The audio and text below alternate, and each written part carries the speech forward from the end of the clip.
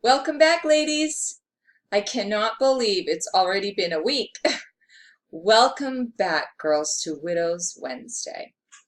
And I know last time I talked about the day that my husband died, and sometimes that can be kind of like a heavy revy, as we all know. But there's just so much information I want to tell you, and I could talk for hours. But last time I mentioned that I wanted to talk to you about God's letter to me. And for that, I need to give you just a smidge of history there. When my husband died, I remember reading something about a glory cloud, and I thought, the heck is that? So, don't you love Google? I Googled it. And so, yeah, this is a glory cloud. And I've never actually seen one myself. They completely cut right across the ocean. And I mean, this is amazing. They're also in cities, or they're all over the place.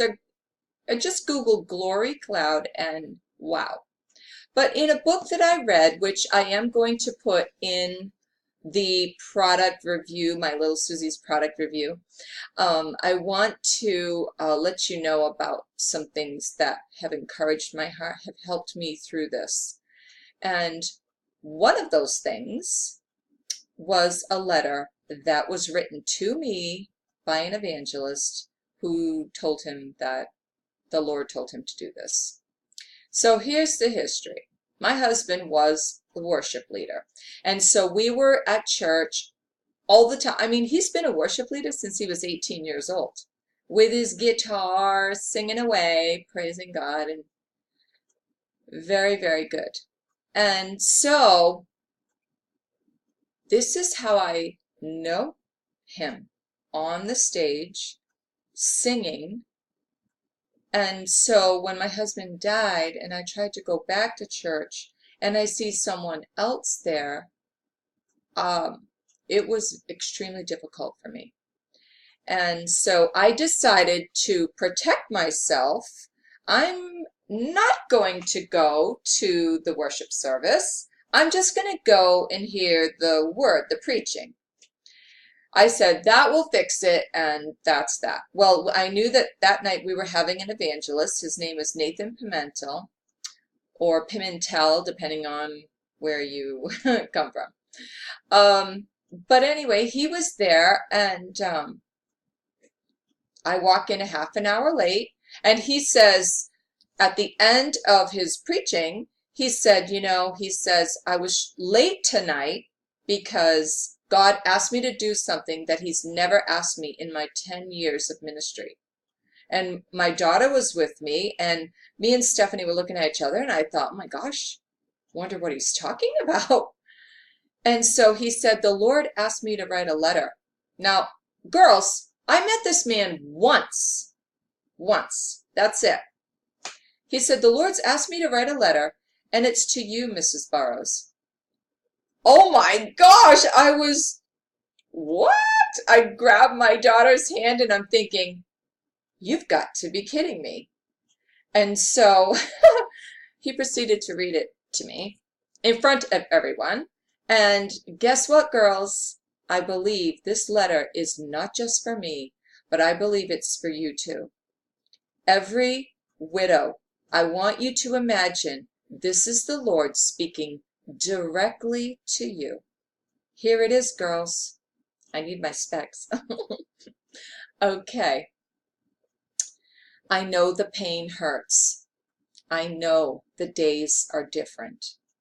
And it's all right to mourn and miss and shed tears. But today, allow my strength to become your joy. You mentioned to my servant, it has been 11 weeks and 4 days since you last heard your husband's voice. Allow me to be your comfort and peace. Allow me to be your husband. I see you at sunrise, and when you lay your head to sleep, I see your tears. But joy is coming in the morning. Allow today, right now, to be your morning.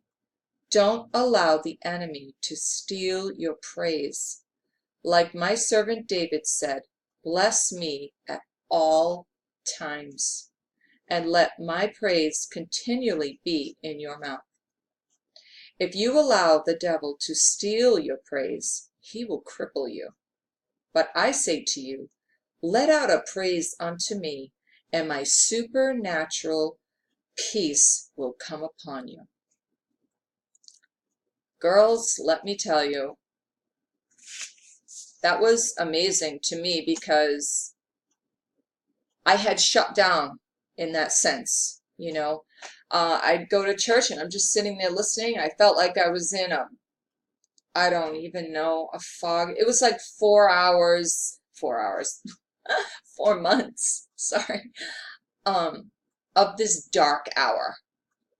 And I felt, and I'm sure as you do too, like you've been ripped apart. And I'm just raw all on one side. And I felt like I was trying to heal, but it wasn't going very good. And then if anyone actually physically touched me, I was like, get your hands off me. Nobody touch me. Nobody look at me. Oh man, it was rough. And so for him to write this, and this is it, girls, this is the actual letter. To me, it almost feels like my own little commandments here. It's precious. And I don't believe it's just for me, girls. I believe it's for you too. And a lot of things are going to happen in your life, but I can tell you honestly, God has not left you. I love the words in there, allow me to be your husband. God's not like rushing in, He's not trying to take over. He wants to gather you and protect you and see you through it, walk you through it. I want to read a couple scriptures to you.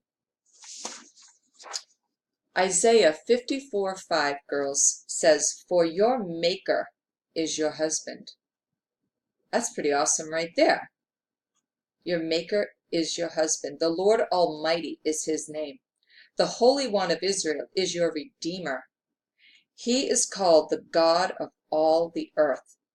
That's just amazing. Psalm 68:5, Father to the fatherless, defender of widows.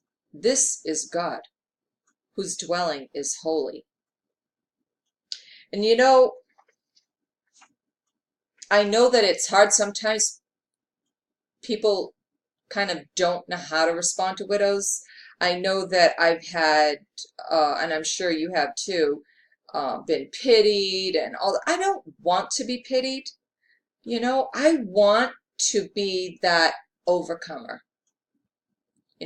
I want to be that. And we're all in different places in our widowhood. I know that.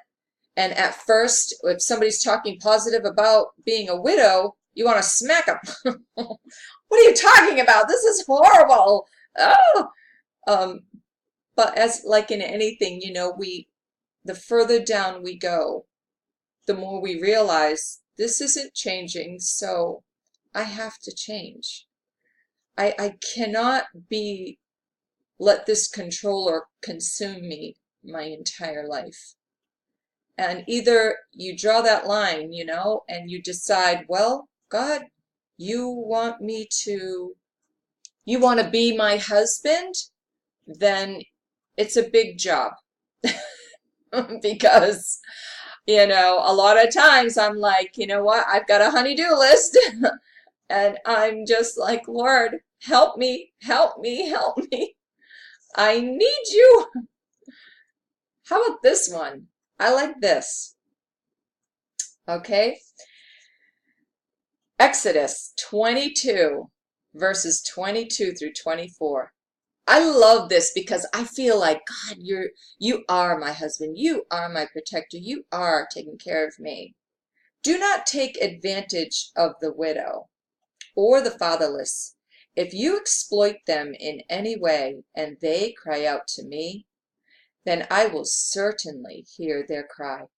My anger will blaze against you, and I will kill you with the sword. Then your wives and widows, oh, I'm sorry, and then your wives will be widows and your children fatherless. I'm not talking, that's a heavy revy right there. God will take care of us, girls. He's going to protect us. He's going to take care of us. No matter what comes in our life, know that He is looking out for you. I know it's not easy. We're going to get through this together.